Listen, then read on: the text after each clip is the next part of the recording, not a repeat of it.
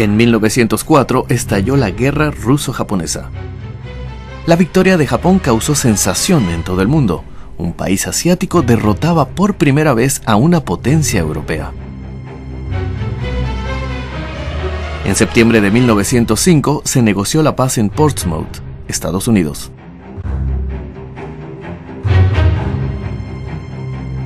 Japón había agotado la energía nacional a causa de la guerra. Se firmó un tratado bajo la mediación del presidente estadounidense Roosevelt. Pero la euforia excesiva de haber derrotado a una gran potencia tuvo consecuencias decisivas en los años venideros.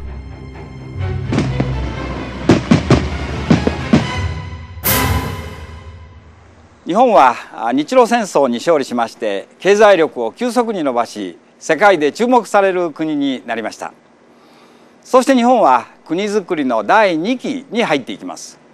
この第2期において重要なことは近代国家の基礎の上に一つには日本型の資本主義がまたもう一つには民主主義への意識の芽が内発的に育っていったとそういうことであります。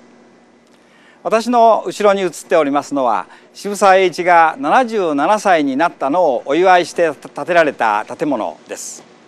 渋沢栄一は日本に近代産業を根付かせようと奮闘してまいりましたけれども、その努力も彼の晩年までには大きく花を開くことになります。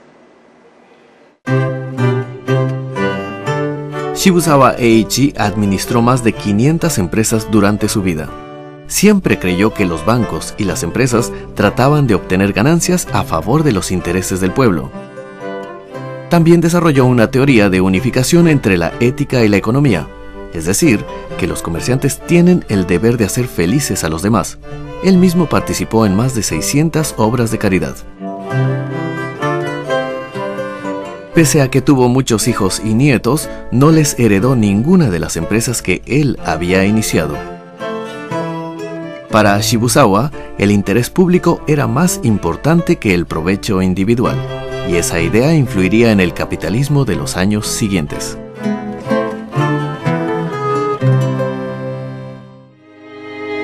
La empresa Matsushita, uno de los mayores fabricantes de productos electrónicos del mundo, fue fundada en 1918. Incursionó en los negocios con el fin de desarrollar a la gente.